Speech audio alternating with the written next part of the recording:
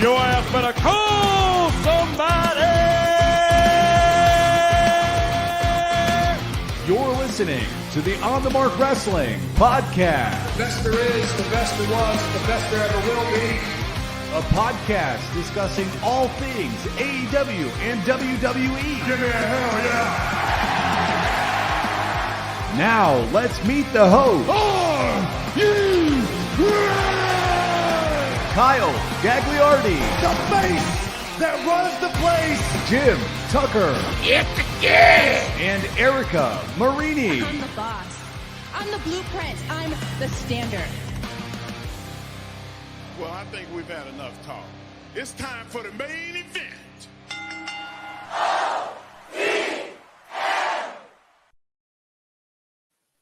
What is going on, everyone? You're listening to the On the Mark Wrestling Podcast, hosted by the Marks, for the Marks, and I am your host, Mr. OTM, Kyle Gagliardi. And not joining me this week is my good friend Jim Tucker or Erica Marini. We're calling in the reinforcements here for episode 104. Ian Garavalia is joining me. What is going on, Ian? What's going on, Kyle? How we doing, baby? Solid Tucky impersonation right there. Thank you. I appreciate that. How we doing this evening, my friend? Dude, we are doing great. Drinking some long drinks, having some fun. I'm excited for this one. I really am. Peep the can right here. This is what the people want to see. The long drinks. It's good stuff. You know, Ian's just got a koozie with the Chicago Cubs on it. We don't like the Cubs, but holy crap. Look who's chiming into the comments. Mikey Wilson, Mr. MIA is back. We haven't seen him. Mr. Vogus is checking in. Pleasure to see you as well, sir. We are here for a different kind of episode, Ian. That's the main reason I brought you in. We are going to be having an interview with one of our good friends that we play wiffle ball with. He is a referee in the independent scene, Jeremy Tillema.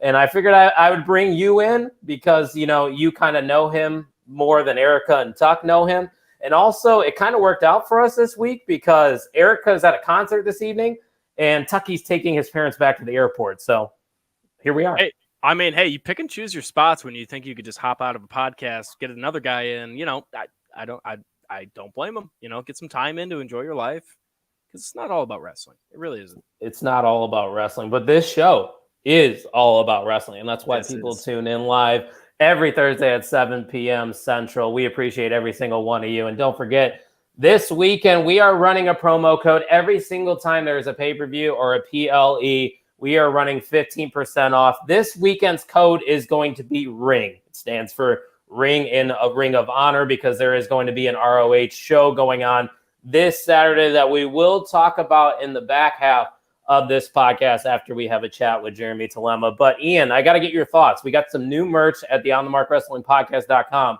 What do we think about that new Bryan Danielson tee that Tuck whipped up? Ooh, she's clean, but I love it. It's hilarious. You got to get it.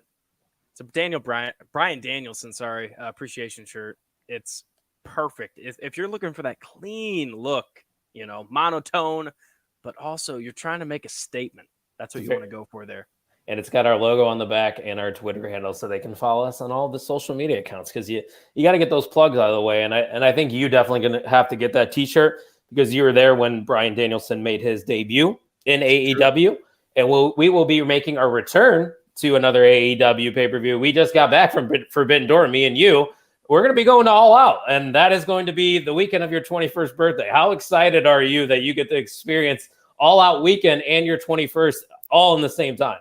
You know what? Last year, I thought All Out, that show couldn't be beat, but this one might give it a run for its money. My vibes will be so high. I really don't think it could be topped. I think it's going to top last year. I'm excited for what AEW has to bring to us. Man, All Out for me last year, and I think we talked about it on the OTMEs, was the pay-per-view of the year. And like Mikey Wilson said, it is the best 21st ever for a mark like yourself. You turned 21 on Thursday, correct? Correct. Thursday, and then Friday we go in. Saturday, we're going to find something to do, and then Sunday, showtime. Yeah, that's another thing I wanted to bring up. Shout out to the MVM himself, Ryan Vogus. He's celebrating a birthday here today. His dad, friendly reminder there in the chat, so appreciate that. And Mikey's saying Ian won't even remember the event. What are the odds that you remember All Out? Probably not high, but honestly, I could get all my 21st jitters out with drinking on the Friday and Saturday, and then take it easy Sunday. But who knows? That's true, because the All Out pay-per-view is on Sunday. I'm assuming we're going to try to go to a GCW show. GCW shows usually aren't expensive. You'll be able to pull it off. It's only like $30 or $40. So, and that could be your birthday gift. Maybe I'll just be generous. It's like, it's All Out weekend. He's turning 21. Maybe I'll just buy him a ticket. We can have some fun. I mean, it would be perfect.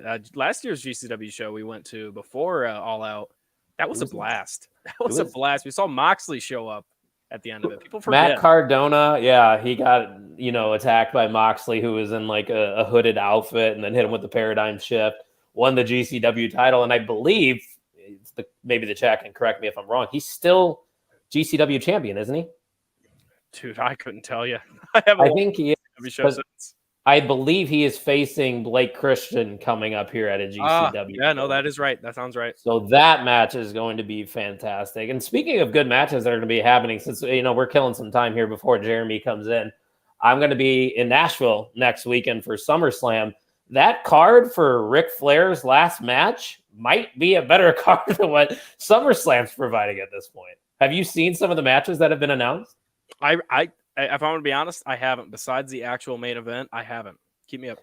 They got the Battle Royal going on. They just announced a 4-way with Blake Christian and Jonathan Gresham involved in it. I believe the Briscoes are going to be at that show. The Von Erichs, I believe, are going to be their opponents. So obviously there's some ties there with the StarCast event and the Von Erichs. But I know I'm forgetting a couple other. I think Josh Alexander, the Impact World Champion, is having a title match at StarCast as well. So they filled it out pretty well. And then you have the mixed tag main event, which is Ric Flair and Andrade taking on Jeff Jarrett and Jay Lethal. And obviously Jay Lethal and Ric Flair had those ties from their TNA days. So I'm pretty excited for next weekend. But I mean, we got a lot of good weekends coming up here with wrestling that we're going to be attending. Me and you just talked about it before we went live. I mean, we're at every show. I mean, there's somebody that represents OTM at any pay-per-view going on. Some people are saying OTM might be the hottest podcast in the wrestling community right now. I mean, don't tell them I said it, but I mean, come on. It's starting to become OTM worldwide. Oh, yeah. Bring it back. We need Mr. Worldwide back. Titus O'Neil actually kicked off Monday Night Raw this week, and it was a very awkward, intro to Raw, but I digress because it looks like our good friend Jeremy Tillema is ready to go. So, ladies and gentlemen, let's just get right into it here. He is a referee on the independent scene. He is a good friend of ours. He is a referee, Jeremy Tillema. Jeremy, how we doing, my friend? Well.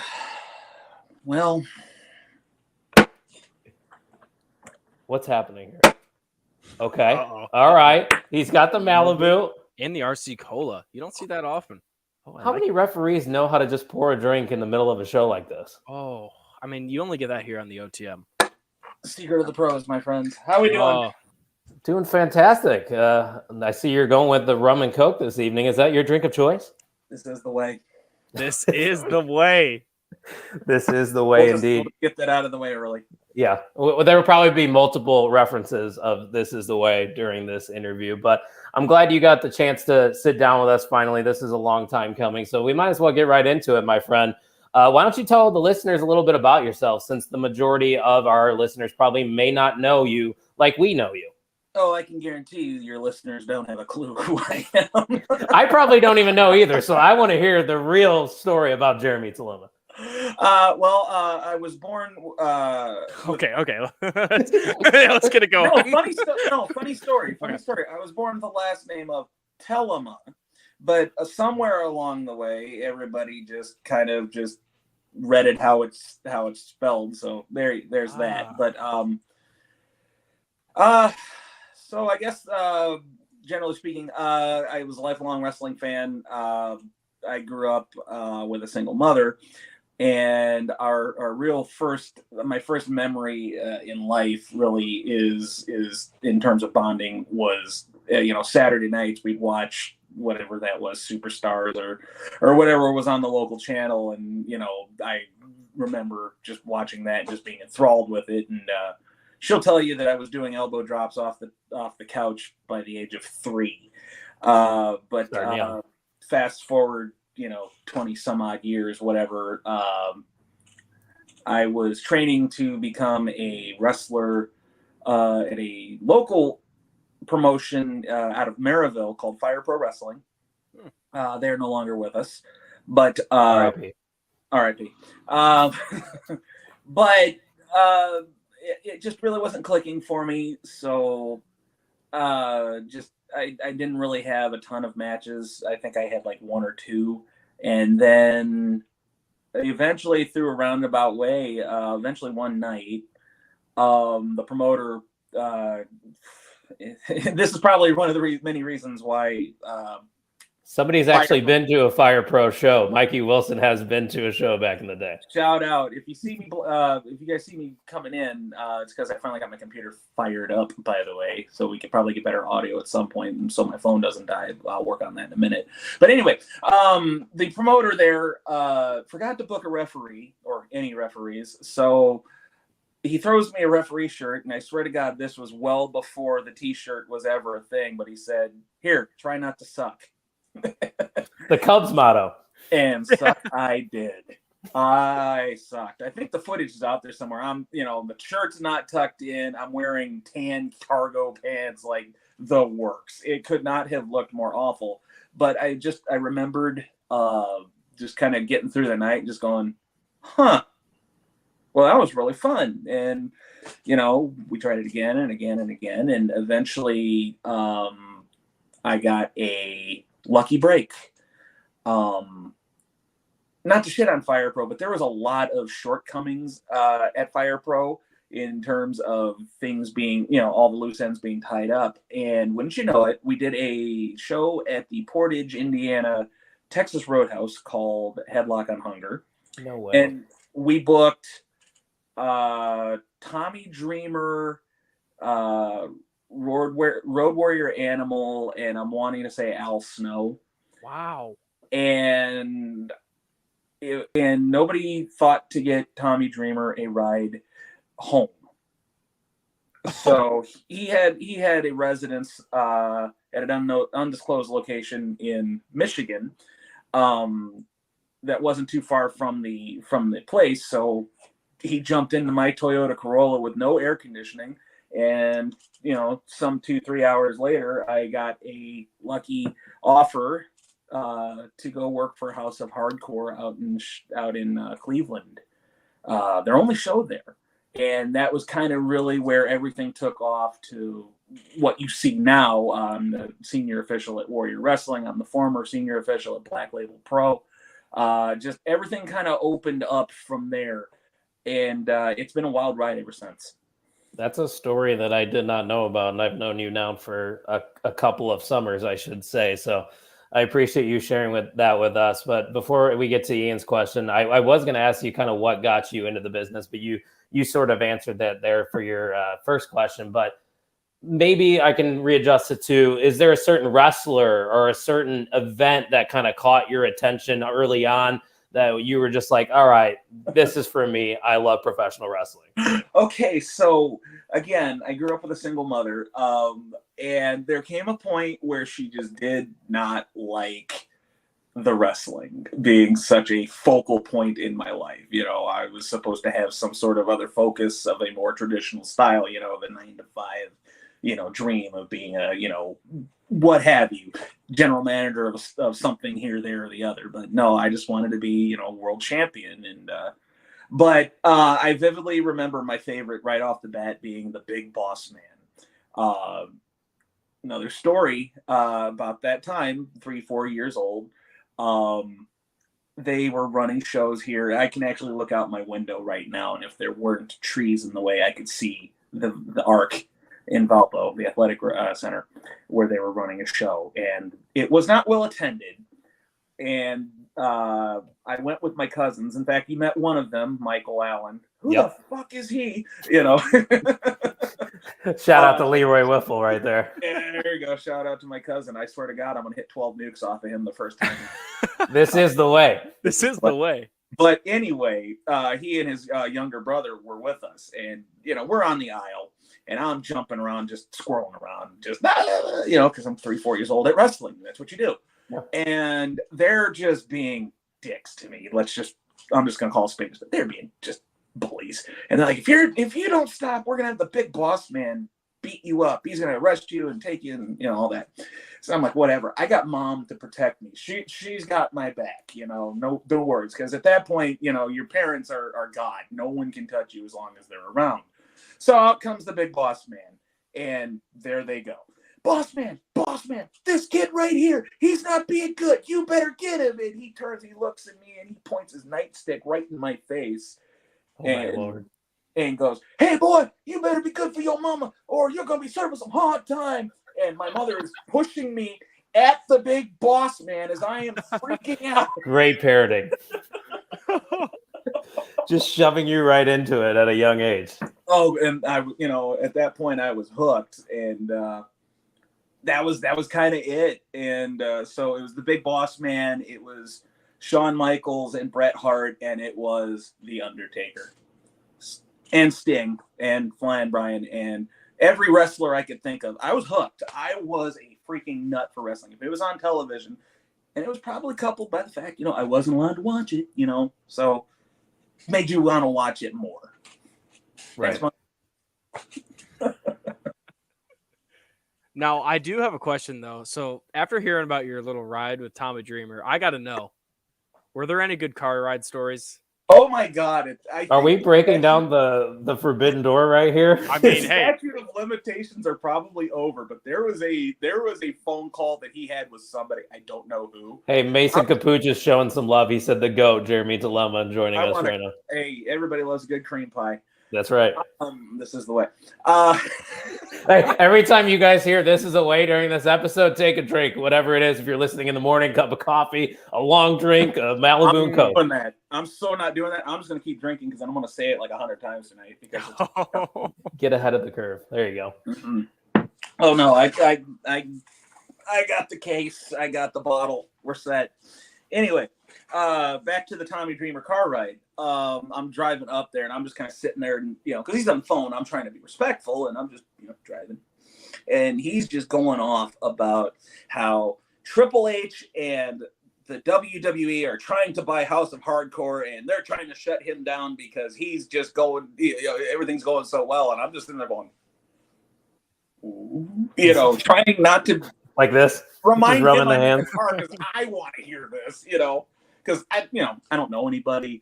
I at this point, I ain't shit. I'm still not shit, but I certainly wasn't shit then. But, it was just kind of funny. But, it was about halfway through the ride. He said, Beulah thinks that I should slow down in the ring. And it went off. I was like, Beulah. And I remembered at this point, Tommy Dreamer is married to Beulah McGillicuddy. And I was like, oh my God, I'm about to meet Beulah McGillicuddy, and I look like an absolute slob. I'm sweaty, I'm dirty, But I'll tell you what, that woman has not aged. You go back and look at that stuff from the 90s where she was on TV and all that and every pay-per-view. She looks exactly the same. Exactly the same. It blew my mind. She has not aged a day. But that's mostly what I remember of the car ride with Tommy Dreamer was just, picking his brain a little bit and just kind of learning about the business. And that's really what wrestling is at its truest form is it's all the preparation. It's not the 20 minutes you're in the ring or however long. It's all of the stuff between going back through the curtain and going back out through the curtain for the next one. About the ride. Professional wrestling is.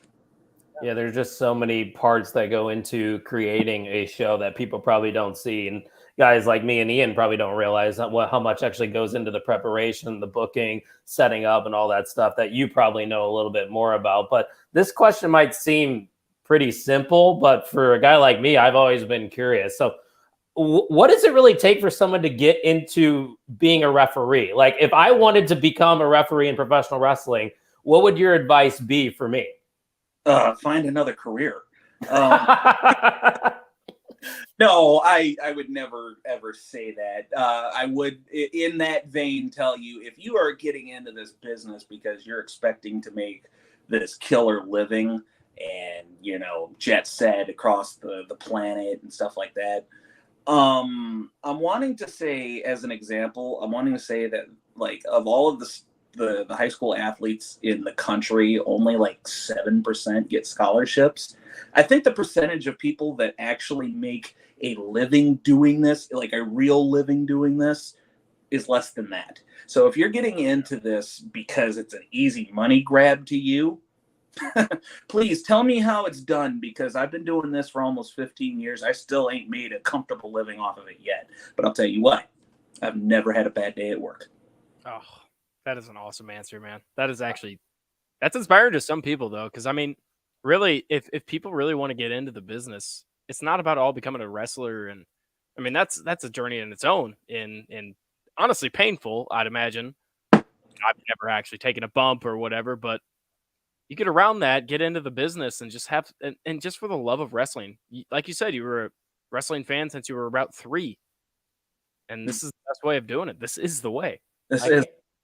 I can't believe you've been doing it for 15 years. That's something else I didn't know. I mean, Rough obviously, this isn't your primary source of income, correct? No, I have a regular 9 to 5, and then I Uber on the side.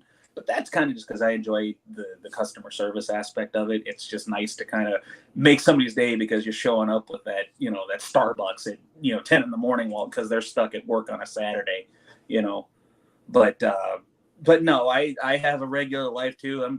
I'm coming to you live from my apartment with my wonderful girlfriend. And it's not about the money. It is a love of the game type of thing. And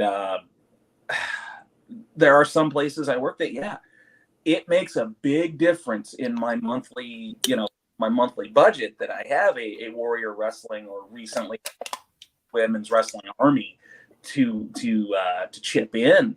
But I'll tell you this right now, you got to love what you do, because like I said, there are guys that have been doing it longer than me. They've never made a cent on this business that's really affected their lives to that extent. Now, there are guys that are in my phone now that are on television. They're making a killing. Who's the most famous person in your contacts? If you're willing to disclose. You don't have to share the information or anything, but it's not that I don't want to share the information. It's like now it's like, well, are they on TV? Famous? Oh yeah. Okay. Well, the one that's on TV right now would be my mentor, my referee, Obi-Wan Kenobi, if you will, referee and Indiana native, Jason Ayers, who probably IU alum. I've DM'd him a few times back in the day. I tried to get him on the podcast at the beginning, but with WWE PR, it's a nightmare. Yeah. Hey, this is something you can rub in his face now. Huh? This is something you can rub in his face now. Say you're OTM number 1. No, you know what? He'll turn around and say, "Hey, guess what? I did Triple H and Randy Orton over my ass. You freaking know." And it'll be something to that effect. I'll take the clip of this and send it to him, and he'll probably go, "Yeah, more or less." Man's main evented WrestleMania. I have main evented, Fire Pro Wrestling. Bit of a difference in the playing field there, but he anytime I am without sale or direction, he's never more than a text message or a phone call away, and he's taught me a lot about just how to be a better professional in the business, how to be a better person, if I'm being completely honest.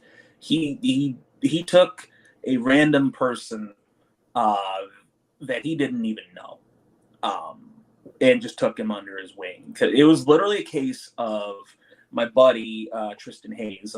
He's a wrestler on the indie scene of Fire Pro Origins. If anybody knows him, to know him is to love him, and to love him is to hate him. If you know what I'm talking about, cheers to you. But I was like, dude, there was a point where I was aware that I was probably getting to a glass ceiling at like a Fire Pro level, and I needed, if I wanted to continue and be better, I was going to have to start branching out and finding new places to work.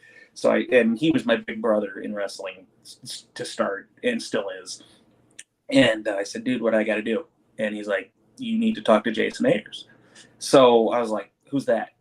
I had no clue who Jason Ayers was. Because, to me, the Northwest Indiana wrestling scene pre-Black Label was a fishbowl. Nothing happened outside of that fishbowl. There was no AAW or freelance in Chicago. There was no GCW. Darby Allin was kind of a part of that scene too, wasn't he, for a little bit? Northwest Indiana, wrestling Black Label at least. Black Label and things like that. Okay. Yeah, but that was more recent. I'm talking. Got you. 15 years ago. Things changed in the last 10, 15 years thanks to Mikey Blanton, Black Label Pro.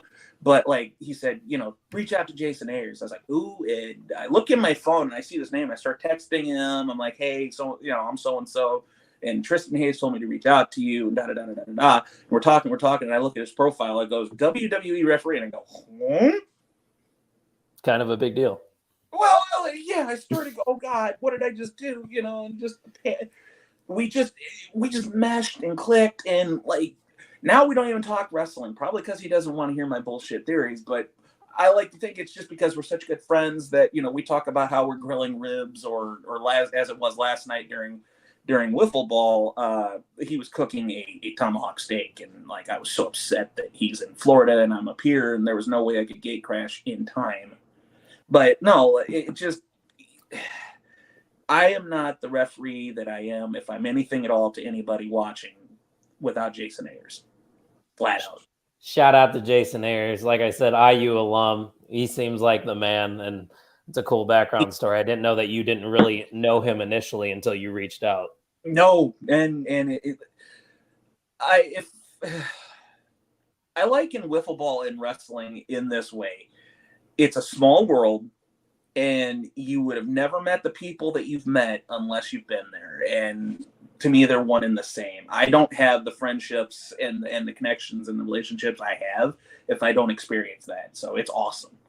Yeah, that's kind of how it is for me too with podcasting. And I can relate to, not making much money. I don't make money off doing this. I went to school for it. It's a passion. It's something I enjoy doing, and it's something I'm going to continue to do regardless of the income that's coming in. But Ian, before you ask your question, if there's anybody watching live right now that want to leave a question for referee Jeremy Tillema, go ahead and leave it in the comment section. We will drag that on up there. But Ian, the floor is yours. I do not know how big Batista's dick is. Do not ask.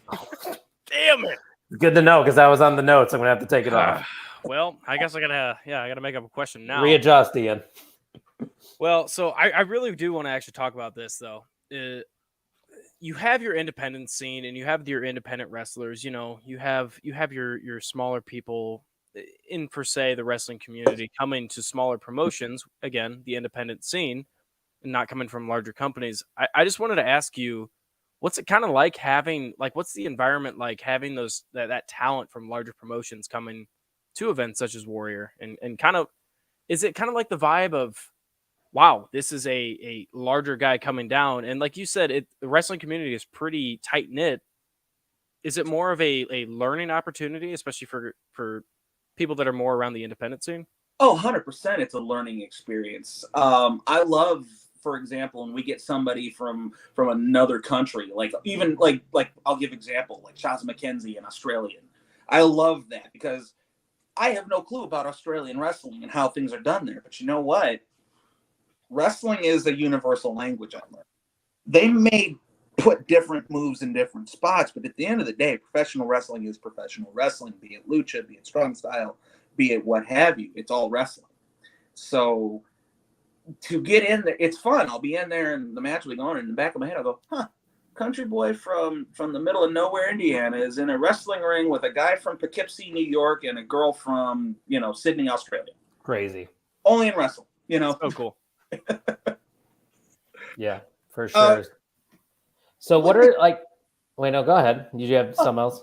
When they come in, a lot of them are just like, this is probably going to kill the illusion to some degree, but a lot of them are just normal people, man. There are few that, like, are you a real person? Is there anything real in there? But, for the most part, they're just real comic book nerd fitness guru people, So you're telling me Kane isn't a demon? No, I've heard he is kind of a demon. He is. And I was gonna say, wait, does Lance Archer actually murder people? But he almost did to Frank the Clown. So I did see that. Oh, I could see Lance Archer having a bad day one day and just. No, I'm kidding. I can't even. That might be true, and then. So Mikey Wilson actually has a question for you, and this was exactly my next question for you. So I might as well pull it up here. He asks, what is your favorite match to officiate? Are there any matches that require more involvement from you than others, either timing, spots, etc.? Oh, God. So how do I want to word this? Because absolutely, there is my favorite and there is my not favorite, and why.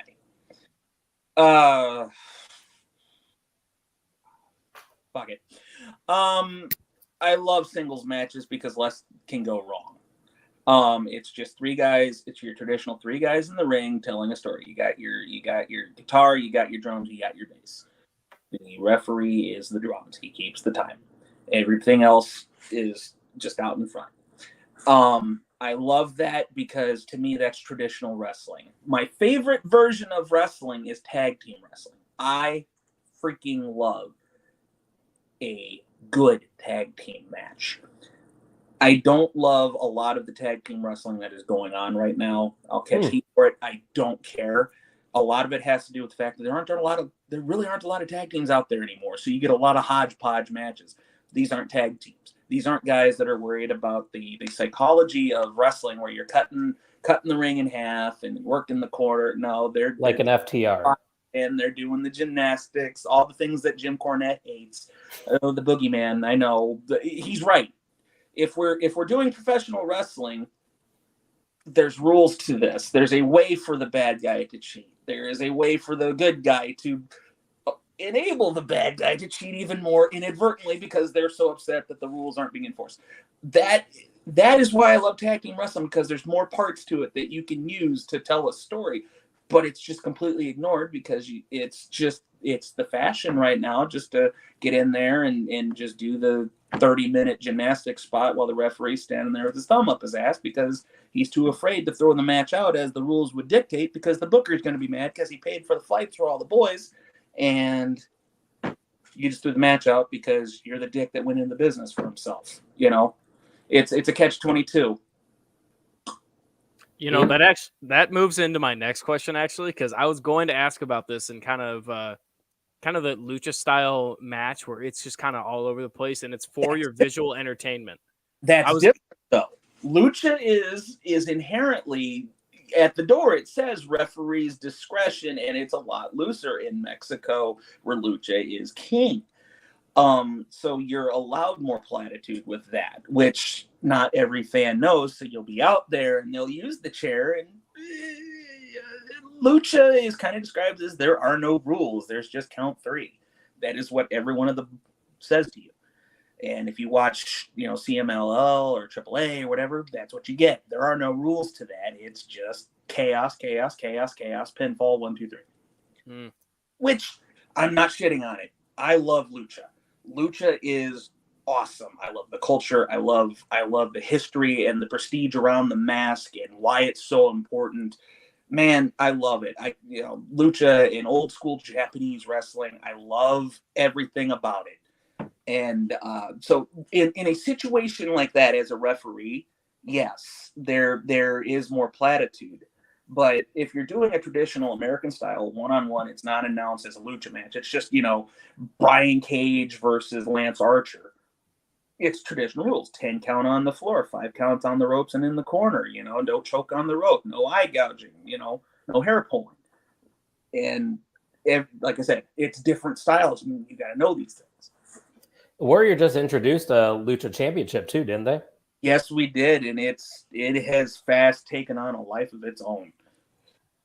The current champion is Sam Adonis, and he's probably one of the best people I've met in wrestling. I love Sam Adonis. That's my dude right there. He's probably, if he ever sees this, if he knew about this, he'd probably be in the comments section right now going, "Hey, remember when you fucked up the arm drag spot?" We can get Sam on the show. I mean, probably do it too. Sam's a great dude. Hit him up. He'll do it. Yeah, He seems like a good dude. Me and Ian have gotten the chance to see him at a few Warrior shows. A fantastic wrestler, one of the most underrated, I would say. But yeah, obviously Warrior Wrestling is considered to be an independent company. What about the independents, should draw more attention in your opinion? Like, why should people, if they are kind of just stuck in the TV mode where they're watching WWE and watching AEW and they don't really want to go to an indie show, why should somebody go outside of that box and experience that indie style? Price and availability. It's less money than it would be to go sit in front row and see the shows, and you actually get to meet and greet the superstars. If you go to a WWE show, unless you got a hookup, a Make-A-Wish, or what have you, Or you got to pay extra. Yeah, if you got that kind of dough, go for it, brother. Or you're like me and, you get the good brother hookup. You're not going to get to, high five a Bailey or, things like that. But if you go to a Warrior or a Black Label show or an AIW show or what have you, this is how they make their walking around money. By selling that T-shirt, that 8x10, the autograph, whatever. And you can actually talk to them like I'm talking to you guys right now, but actually in person. Yeah, that's for sure. I remember when we went to one of the Warrior shows, Cage, I believe, was in the main event, Brian Cage. And then he walked off and he was just talking to people on his way to sell more merch at the exit. It's a grind out there. It really is. I do have one thing to say real quick. Are you in kind of personal communication with Dan the Dad by chance? I mean, I could send him a DM. Right. We don't talk every day, but that's my dad. Yeah. So Dan the Dad, guy. I feel like a dick still. We were at a Black Label Pro show. Dan the Dad was at his merch stand, and I told him straight up to his face, I said, "Hey, I will be right back. At the end of the show, I will buy a shirt from you." Oh, no. Have my word. The show ends. The main event was great. We were all happy. We were excited. We're like, all right, let's get in the car. Let's leave from Crown Point, Indiana. Start heading out in the car. And I'm like, oh, fuck. I didn't buy a shirt from Dan. I'm sure I still feel awful to this day. I feel you, brother. It happens all the time. I bet you if you said it to him, he wouldn't even remember. Because it happens, man. They're used to hearing empty promises all the time. It is what it is. This is. As Ryan Vogus, our MVM, the most valuable mark, and the birthday boy would say, "Happy birthday." This is the way. So, Ian, before your next question, we got another one from Mikey Wilson. We got plenty of time here. There's no time restraints. This is OTM. What is the biggest bump you've ever had to take, and how does that pre-match conversation go? So, visually, the biggest bump I ever had to take would have to be the moonsault from PCO at MLW in Cicero. Full house. I need to see this. You got to send me that link. We'll send it to you. There's no chickening out on that one. It was PCO versus Brody King, and they just kind of had a tear it down kind of match, and they were all over the place. And it ended up where I think Brody was on the ground, and I'm checking on him, and he pulls me down, and he rolls out of the way as PCO is coming down. And anybody that has not seen PCO in a while has to remember I'd say good 260. He's a unit. Big dude. That's a big dude. That's a big dude, and he's doing a backflip onto me, chest to chest, and in the back. Now you got to understand, I had already worked with PCO before. I love Carl. When I see him at shows, we don't even talk about wrestling. It's just straight in hockey talk. He is a Montreal guy. I was gonna say, what's his team? Florida. So I hadn't seen him since he signed at ROH. He's at the last Black Label Pro show, and it's like the conversation we just picked up where we left off. Who's winning? Who's doing this? Who's that? So anyway, so at this point, I'm already comfortable with Carl. So he's like, "Are you willing to take the moonsault?" I was like, if it was anybody else, as I've never taken one before, I would say absolutely not. But as we are in front of 5,000 people in a full house Cicero Stadium, and it's you, I'll trust you because you've been doing this so goddamn long. If anybody knows what they're doing, it's going to be PCO, by God. And visually, it looked like he absolutely destroyed me. And he came down, and I'll tell you what, mine is better. Light as a feather. Yeah, you're definitely gonna have to send that to us, and I'm gonna have to tweet it out on the OTM account for sure, because that's something that needs to be seen. Go ahead, Ian. Yeah, no, I mean, I really just wanted to kind of ask too, going back to the just the larger companies, as I mean, that's really what I'm more familiar with, and I'm pretty sure most people are familiar with. I just wanted to ask, really, what wrestler that is on TV now? They don't even have to have or have made it to extremely large companies. Just what wrestler would you say you are most proud of that you have had personal conflicts with, or not conflicts, but just interconnection with, and who are you most proud of on their journey? So right now, I'm gonna throw Cora Jade out there just because she's so young and she's already having a great run at NXT 2.0. I'll throw her name out there. I'm pretty proud that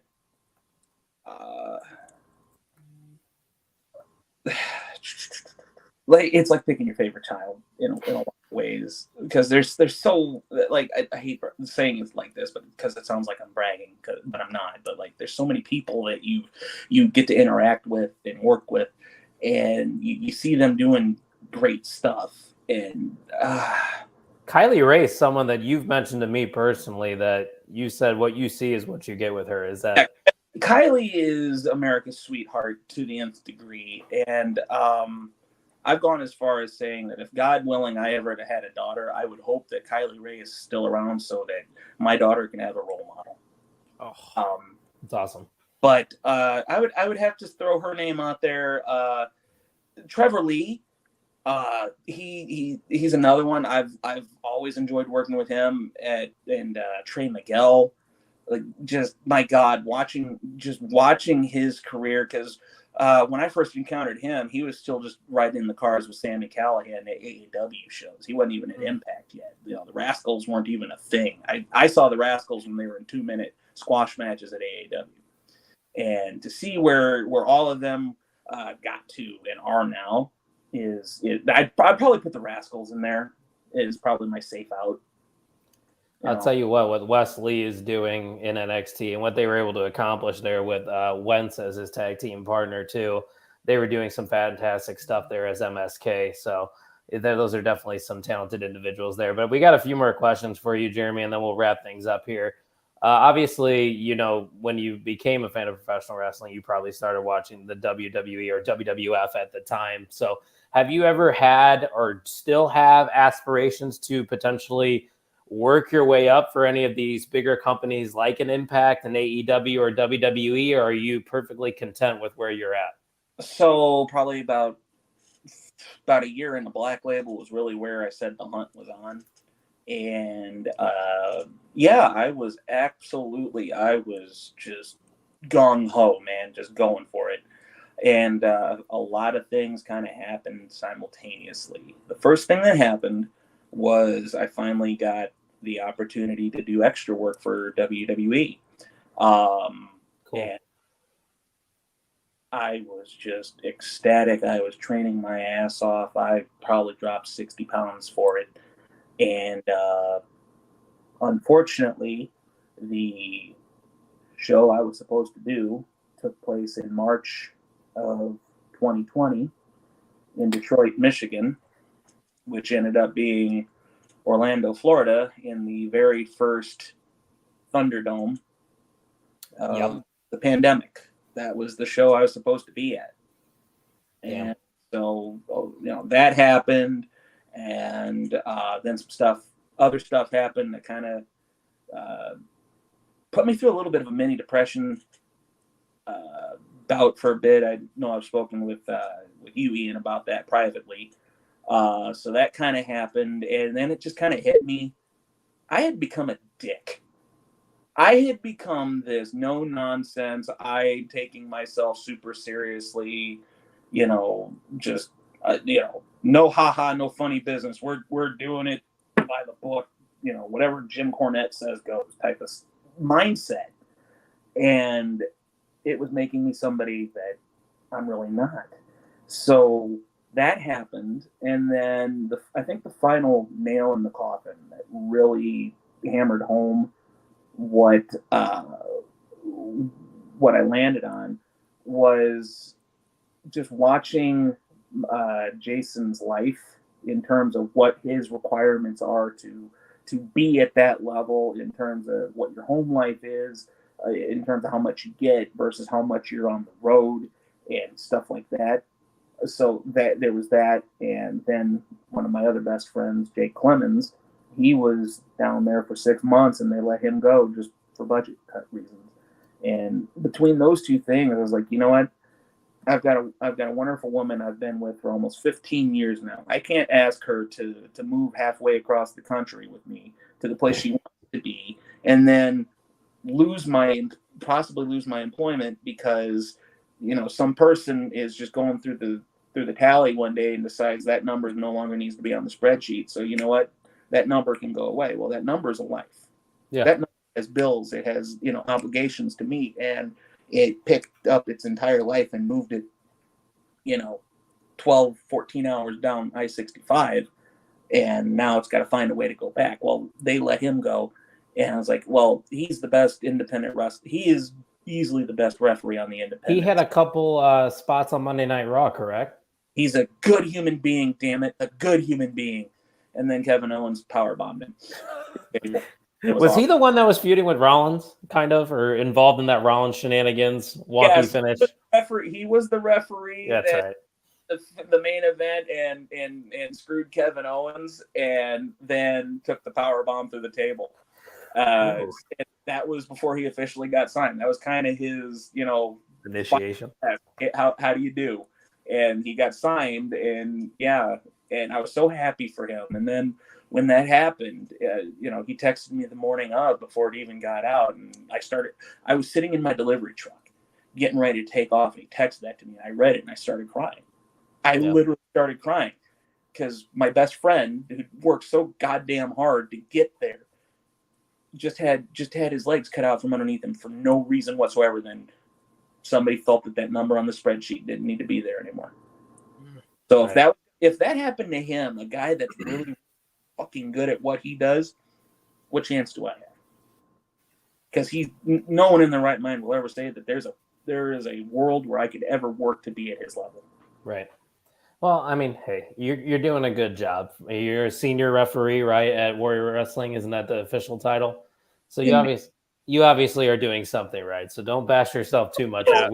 I do want to talk about this, dude. I like how you brought up, the mental aspect and the mental downcline you had, because I mean that does take a lot of balls to fucking say that. That's huge to say something like that. And dude, you're a great human being. You're one of the nicest people, and I really hate to hear you say something like that. I mean, but really, that's the reality of trying to make it big and trying to make it to bigger promotions. It really is. If you've got a thin skin, this business is not for you, man, because you will not get a lot of instant gratification from your peers, and especially not right away. You might get the occasional, hey, attaboy, but if you're one of those people that, just constantly thrives on needing to be told they're the best and all that, and just constant positive reinforcement, I hate to say it, but that's just not the world we live in. A lot of people are focused on their own stuff, and you're just a face to them that they won't see in 20 minutes. Yeah. It sucks, but it is what it is. Yeah. So let's pull a complete 180 here, Ian. You have a very serious last question. Oh boy. I do. I mean, down to the nit and gritty. I mean, Frank the Clown. What are your thoughts on this guy? I mean, come on. I think at the end of the day, somewhere very deep down inside, I'm sure Frank is loved by someone, possibly his mother. I don't know for a fact that he has one. I have a theory that he's a petri dish baby, but I think that at the end of the day, Frank the Clown is your stereotypical lucky sperm that ended up somehow I think he's got pictures of somebody with a goat, and he's just blackmailing the girl he's with to be with him, because you look at him, you look at her, you look at him, you look at her. There is no godly reason on this planet why that works. But I think when I think of Frank the Clown, I think of the Lucky Sperm Club. I really do. He's the biggest piece of shit I've ever met, and I don't understand why he keeps getting booked. If you versus Frank the Clown doesn't happen at a Warrior Wrestling event in the near future, I will be severely disappointed. I want to see you beat his ass. I'm not. No. Come on, get yourself in the ring. You got it in you. This is the way. Do it for the Mandos. Step up, be a man, and beat his fucking ass. So here's the thing. We didn't talk about this. You probably don't know about this because I don't really talk about it much. But I've spent 8 years in the United States Army, simultaneously to professional wrestling.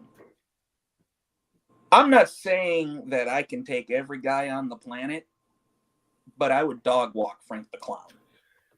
I mean, come on. If we're not using this in the next promo, I tell you what, I'm 100% clipping that and putting that on social media, because Frank the Clown needs to know that Tillemo's coming for his ass. Frank the Clown is too busy taking his little vacations in Disneyland or Disney World or wherever it is. Yeah, I like Disney World. From his infinitely more talented girlfriend to go to. But shots fired. You know, one of the happiest moments of my life probably happened in Michigan. We did a show up there in where are we? Not Holland, Lansing. No, Grand Rapids. Grand Rapids. Thank you. Was the other one. We were in Grand Rapids, and Frank the Clown got absolutely destroyed. Or no. I'm sorry. That was Trevor Outlaw. Frank got his ass kicked by Athena in South Bend, Indiana. And she broke his arm, and it was great. Wait, I didn't know that's how he broke his arm. It was from Athena? She kicked the ever-loving piss out of him, and it was great. Her finishing move is fantastic. Laying down, 1, 2, 3, she wins, and he gets kicked because he wouldn't stay out of the match, and she kicked him so goddamn hard that he broke his arm, and I go over there, broke my arm, and I'm like, good, you should have stayed out of the fucking match, and I walked off. I guess you live and you learn. Like Mikey Wilson said, this would be the biggest match on the SummerSlam card this year, you versus Frank the Clown. So maybe somewhere, someday that will happen. But Jeremy, I think that's all we got for you. I appreciate your time. You gave us 50 minutes of your time, and we got to hear some fantastic stories. And I think we definitely will be having you on again, hopefully in preparation of the next Warrior Wrestling event. Is that all right with you? Oh, I'd love to. Anytime, boys. Just let me know. Give me about a week's heads up so I can start my computer up in time. I am so sorry for that. We did all this on my cell phone. I had this nice microphone that I bought from Walmart that fell over that I was so ready to use for this because I use it on my podcast that's on hiatus right now. I was going to say, go ahead and if you got any plugs to close this out, go ahead. Well, I mean, you can keep up with me at Jeremy the Ref on all social media platforms, or you can go check out the show that myself and fellow referee Jesse Fields do. We are on a bit of a hiatus right now. Just personal life is what it is. But go check us out at Pop Goes the Zebra. It's a YouTube channel show that we do where we talk. It is, as we describe it, a professional wrestling podcast, but not necessarily a podcast about professional wrestling. We've been known to talk about anything from professional wrestling to our favorite conspiracy theories, Ian, and everything in between. And we just have fun with it. And sometimes we'll have some hot takes about people in the business, vaguely. But outside of that, that's really where you can check us out. And then obviously check me out at Black Label, Warrior Wrestling, and hopefully more Women's Wrestling Army. They're doing some good stuff there too. I had a ball with that. Yeah, you just did that last weekend, right? I did. That was so fun. I was on the phone pretty quick with Steve at Warrior about, hey, you need to check this person and that person and this person out, like, now. But yeah, you just never know what's going to come next. Dude, you are an absolute fucking legend. We all love you. You are the most likable human being in Northwest Indiana, and especially the wrestling community. We really do. Oh, you're a terrible liar. The only way I can wrap this up is, ladies and gentlemen, this is the way. Thank you, Jeremy, for joining us.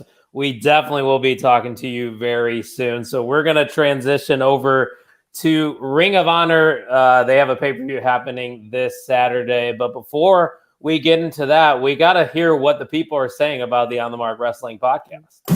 What's everybody saying about the On the Mark podcast? It's just insane, and I love it. Non-stop hardcore energy. Unlike any other. It's a great show. We'll be right back after a brief intermission.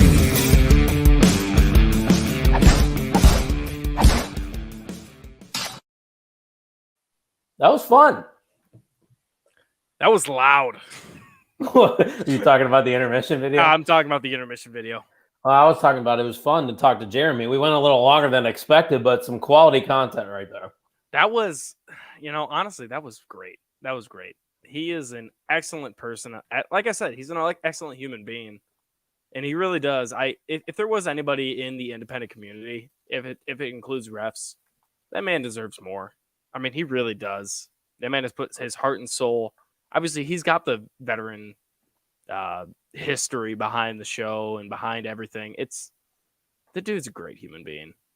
Yeah, he's definitely a good dude. We're gonna have him on for another episode, definitely. So if you enjoy that, we'd love to hear some feedback. Comment on YouTube, subscribe, all that good stuff. But we're here to talk about Ring of Honor, Death Before Dishonor. This is happening this Saturday. Obviously, Tony Khan now runs Ring of Honor, so it's sort of affiliated with AEW. So we're just gonna quickly go up and down the official match card. We're not going to go to the buy-in or the pre-show, whatever they call it here. So let's just get into this first one right here, Ian, because we probably be watching this show together. We might as well do some predictions.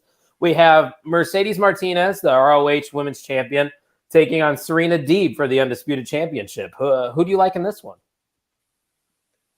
This one's actually really hard. I love both of these wrestlers. They're both very good. Serena Deeb, she is the most technical wrestler I have ever seen in the women's division. The Professor.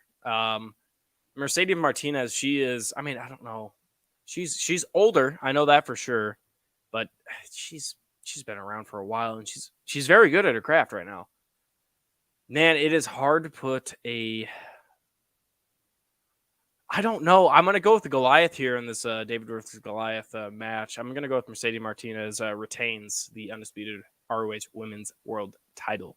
I believe she just recently won that too, so that would make a lot of sense. But the way I think of this is I don't see Serena Deeb holding gold in the current AEW women's division.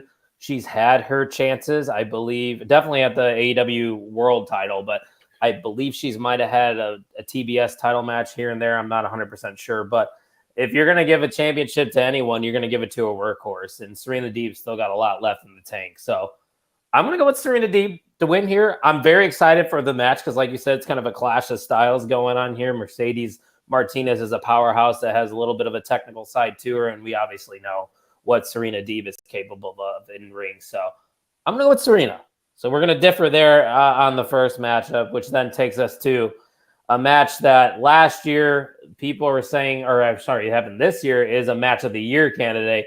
You have FTR taking on the Briscoe brothers in a 2 out of 3 falls match for the Ring of Honor World Tag Team Championship. Like a 2 out of 3 falls match. We just saw a match with these guys at the last Ring of Honor show, and it was just 1 fall, and it was incredible. Now we're getting 2 out of 3. Regardless, I'm still going with FTR just because of the role they're on, but I'm very excited for this match. It is hard, very hard to bet on FTR right now to lose a match. I'm sticking with that. I think FTR retains, but I think just kind of brings in the legacy that FTR are making. And they definitely did say that in their last few promos. They're getting up there in age, I will say. And I keep bringing age into this, but it really is. This is this whole card is just veterans going at it and putting on a great wrestling match and wrestling show. I have FTR retaining. and it's the best 2 out of 3 falls, and I think FTR wins this in 2 falls. Ooh, so you're going with the sweep here. I am. What's going on, Juggernaut? Checking in. How you doing, my friend? We're just talking about Ring of Honor Death Before Dishonor happening this Saturday. We're going over the card. And kind of like Jeremy was talking about earlier when he said like tag team wrestling has kind of gotten away from the technical side of things. You want to see a technical tag team wrestling match? I believe you're definitely going to be seeing that with FTR and the Briscoes because that's really what they're known for. So I'm very excited for that match, which then takes us to another I mean, you're just going to get solid pro wrestling on this card, and it's definitely going to be worth the $40 in my opinion. But you have Wheeler Yuta, Ian, taking on Daniel Garcia in a pure wrestling rules match for the ROH Pure Championship. Who do you like in this one? Again, this one's really hard. This is AEW guys going at it, and I know both of these guys. I mean, most people do. Daniel Garcia, a part of the sports entertainers.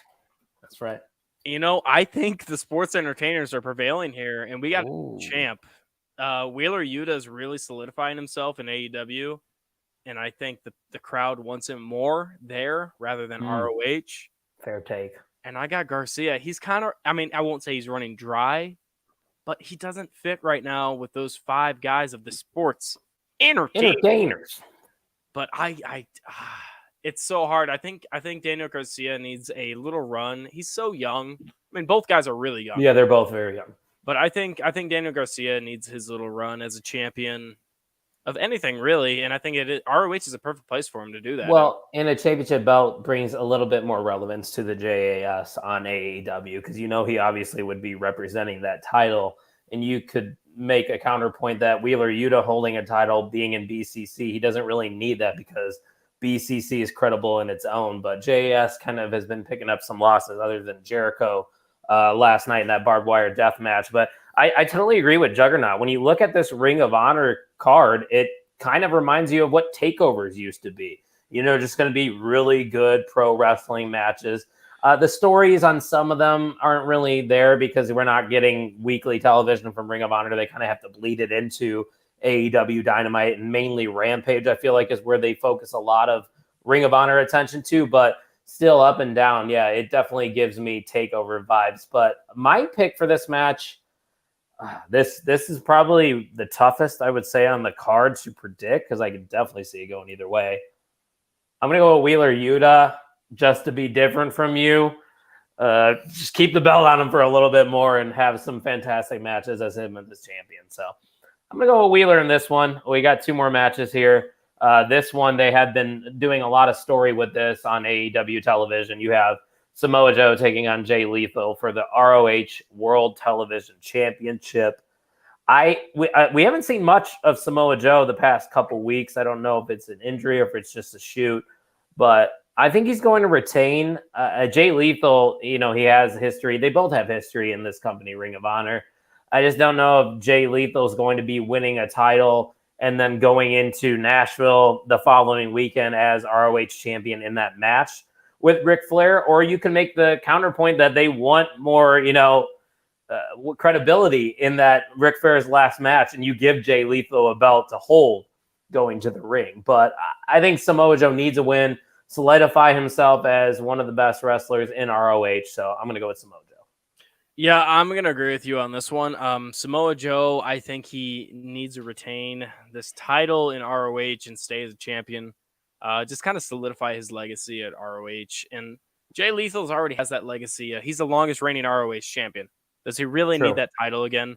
And I think he really is just trying to bring up Samar Singh in that little group there that he's got going that's been shown on AEW. He doesn't need the title. It'll be a hell of a match. Don't get me wrong. But I don't think Samoa Joe needs to drop the title. He's still got a few years left in the belt. Might as well keep it strapped on him, see what he could do, make some good feuds with him, make some great matches. Yeah. We got some time with him. I would like to see maybe Tony Khan potentially get another show, maybe even if it's an hour for just Ring of Honor, or you just have it on a streaming service, because he has so much talent under both umbrellas, Ring of Honor and AEW, you could have more TV, and a lot of people will say, oh, that's what Dark and Elevation is for. Nobody's fucking watching Dark and Elevation. It's all squash matches, and I get why it's there. It's kind of to hone your craft, get the next people ready for television, but I don't want to see Ring of Honor on YouTube. Like, just bring it more to the mainstream. That's all I'm saying, because this card speaks volumes of what Ring of Honor could be. It could be right up there with an Impact Wrestling, because I think you have your WWE, you have AEW, Impact, and then ROH is kind of like right behind there. So if Tony really wants to make Ring of Honor, that third brand in wrestling, get yourself a TV deal or a streaming service. But the main event, we have Jonathan Gresham, the ROH champion, taking on Claudio Castagnoli for the undisputed ROH world title. Obviously, this matchup is going to be fantastic. You can say that for every single matchup on this card, but you have a lot of side pieces going on here. Tully Blanchard Enterprise on the side of Gresham, now that he recently joined that faction, and you never know, maybe the DCC shows up for Claudio. So who do you got walking away with the ROH title? This one, in my opinion, is one of the hardest. I know Jonathan Gresham. I've seen a few of his matches. This man is good. I mean, he's fucking good. This motherfucker don't miss. Right. I'm telling, I don't know. I want to say Claudio. We got a new champ. Come on, sing it. This is our sing along for OTM 104. But I'm gonna stick with it. We have a new champ. Claudio is a new champ. He's gonna bring it back to AEW. Have a little stint with it. Probably have a few matches with it on AEW. But I don't hate that. I think that's what we got here. I really do. So I'll make you a deal. I'll pay for your GCW ticket if you beat me in ROH predictions. Deal. What's in it for me? What's the negative for me? You have to buy me a drink when we go out all out weekend. Okay, perfect. I can do that. That's fair. We have to have something on the line here. Obviously, there's no ROH OTM title. I hold both the titles, by the way. I want you to know that I hold the AEW title. I hold one half of the OTM PLE championships. And next weekend, when we talk about SummerSlam on episode 105, 7 p.m. Central, next Thursday, I am going to have a perfect predictions. And then when I walk into Nashville with my title, I'm going to walk away with it, and I'm going to still be the champion of OTM. Who? I'm going with Jonathan Gresham. Okay. I think there's going to be shenanigans in this main event. Something's going to happen where heelish ways come into play and Gresham retains the title. But I think it would be cool if Claudio won, because like you said, Claudio can have a bunch of matches there, put him on AEW. It would be fantastic business. But regardless, pretty excited for that. We got a day full of wiffle ball on Saturday, followed by Ring of Honor. And then now is the time of the episode where I usually award an MVM, but I made a statement. I don't think I publicly made this statement, but it was stated in our personal group chat that during interviews, we will not be awarding an MVM. So we have an and still MVM of the On the Mark Wrestling Podcast, the birthday boy, Ryan Vogus. And I know Mikey Wilson's going to be livid because he's actually probably would have won it this week, as he chimes in at the end. Just like Khan and keep making titles. Yeah. And I only won it if I dethrone Vogus anyways. All right, there's your statement from Mikey Wilson. So make sure you show some love to the merchandise that we have on the On the Mark Wrestling Podcast.com. Don't forget that this weekend and this weekend only, if you use promo code RING, RING, you will save 15% off your order. Ian's definitely going to have to get himself a Bryan Danielson t-shirt one of these days. That's got to happen. But Ian, any last remarks here to close out episode 104? Hey, what a hell of an episode. We had a great interview with Jeremy Tillema. Thank you very much. And what a great guy he was. He was a great interview. Opened the door for some other further interviews, Sam Adonis. Frank the Clown. Oh, God. We don't want him. We're on team Jeremy for that. Amen. What does he want? I need an OTM golf polo. Ooh, I think I could do that. Ooh, I'd wear that. Not a bad suggestion. I could wear that to work too. You know what, Mikey? Just for you, for this weekend, I'll work on an OTM golf polo. But that's all we got for you guys this week. Thank you for listening to the On the Mark Wrestling Podcast.